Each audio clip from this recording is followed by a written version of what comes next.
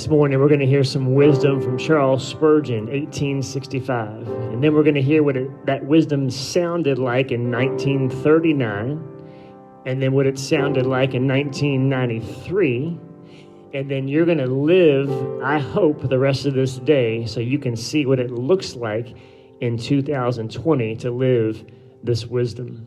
So Charles Spurgeon asked us to do some comparing. And I'm going to ask you this morning to do some comparing.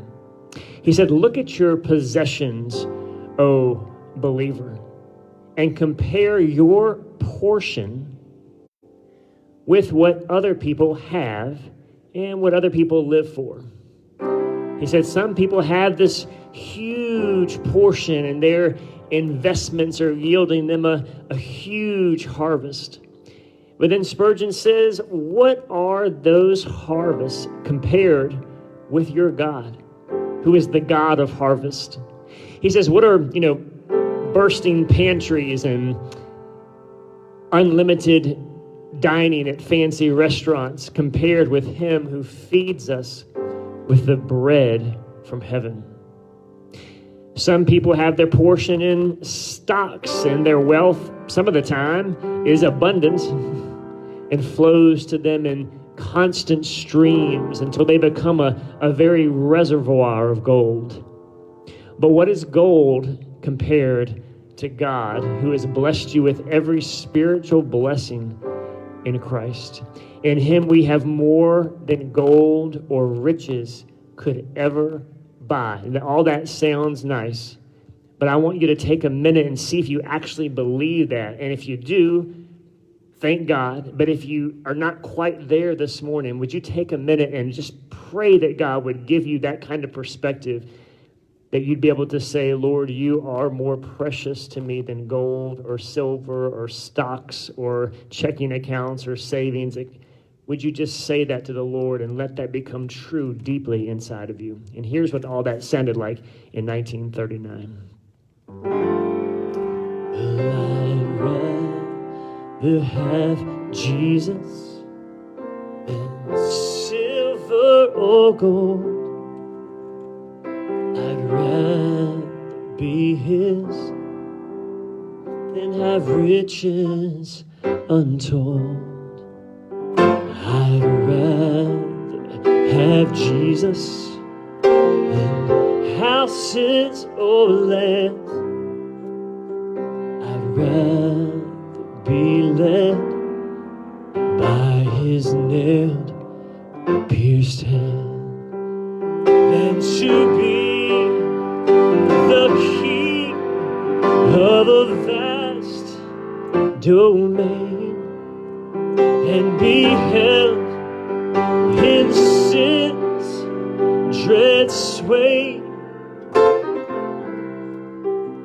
Well, I'd rather have Jesus than anything this world affords today. And Spurgeon goes on and he makes this point. He says, you can't not live on gold. Your spiritual life cannot be sustained by it.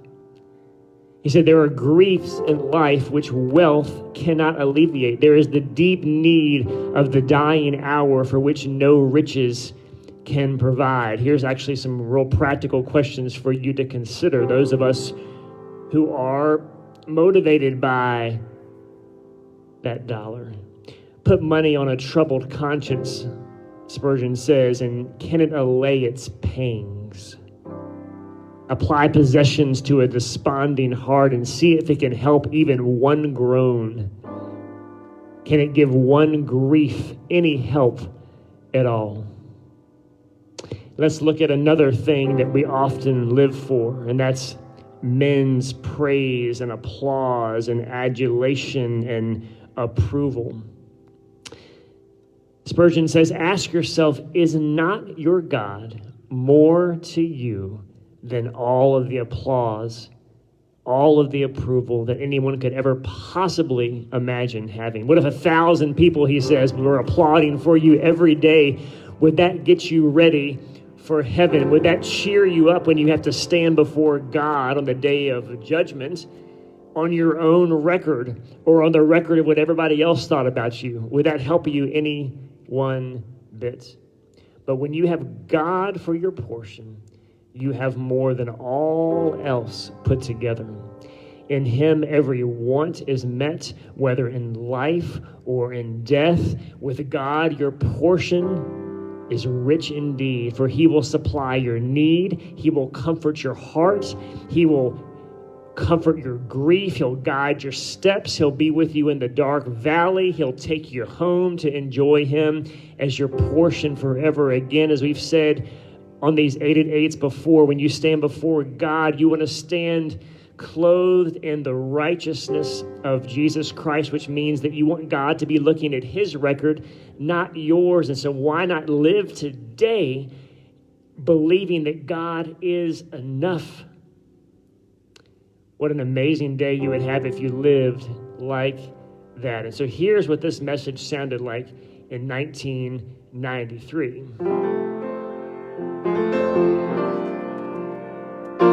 Silver and gold, silver and gold, I'd rather have Jesus than silver and gold. No fame or fortune, no riches untold.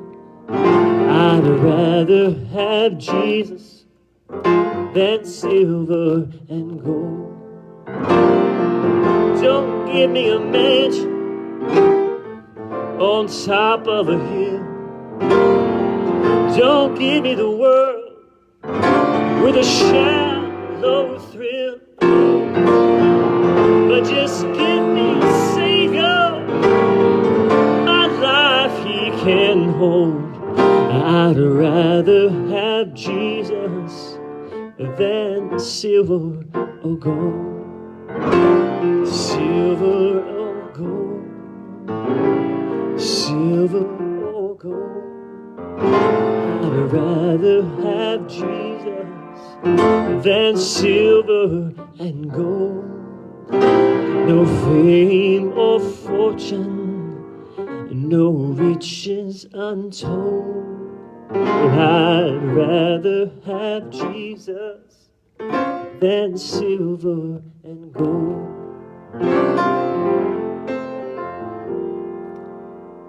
I hope this morning that you've made that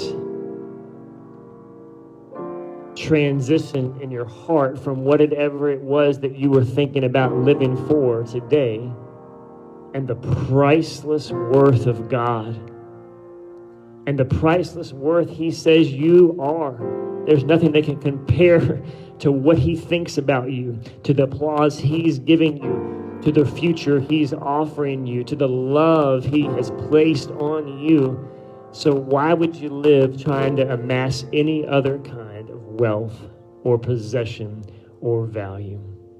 Would you live today knowing that you would rather have Jesus than anything?